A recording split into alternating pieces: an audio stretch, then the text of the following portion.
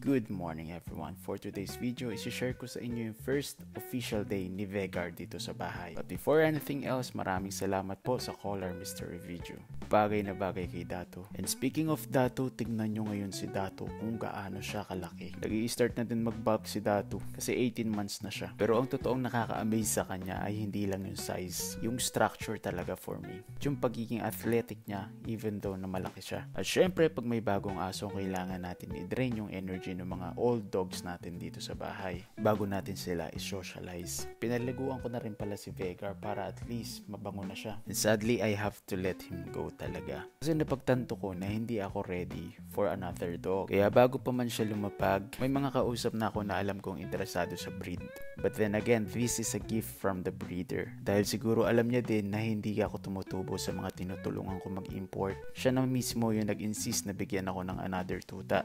And it's up to me kung gusto ko daw ba ibenta or hindi. Pero dahil nga sa mga naging reaksyon ng mga aso ko, pagtanto ko na hindi pa naman talaga ako ready para sa isa pang responsibilidad. Pero ang masasabi ko lang, sobrang swerte talaga na nakabili. Dahil ang laki talaga ng tuta na to. Kung may enough space nga lang din ako siguro or enough budget for him, siguradong ikikip ko siya. Pero hindi ko naman talaga kasi goal na magparami ng aso. Ang sabi ko nga noon, aanin ko naman yung napakaraming aso, diba? Tapos hindi mo maturuan, hindi mo mabigyan ng time. Pero syempre, para lang naman sa akin yun. Dumadami na din kasi talaga yung mga nagko-comment na bakit hindi pa daw ako magdagdag ng ganitong breed or ganyan na breed. Kaso lang hindi naman talaga yun yung gusto ko. At bukasi ako sa pag-aaso ay hindi naman talaga magparami. Sabi nga ng iba, kahit na onti lang yung alaga ko, at least lahat quality. Siguro kaya nila nasasabi yun kasi nakikita nila kung gaano ka-healthy yung mga aso natin at yung lifestyle na naibibigay natin sa kanila. Speaking of lifestyle, eto na. Andito na tayo sa exciting parts. Syempre, socialization at meeting ritual natin. Tingnan nyo guys, kahit import yan, hindi talaga nagpapahuli yung mga alaga natin. Kung sa kapal ng bones at structure lang din ang pag-uusapan. Nakakatuwa nga lang din to si Veigar kasi maganda yung energy na pinapakita niya sa mga dogs dito. Kaya eventually pinamit ko na rin si Kaiju sa kanya.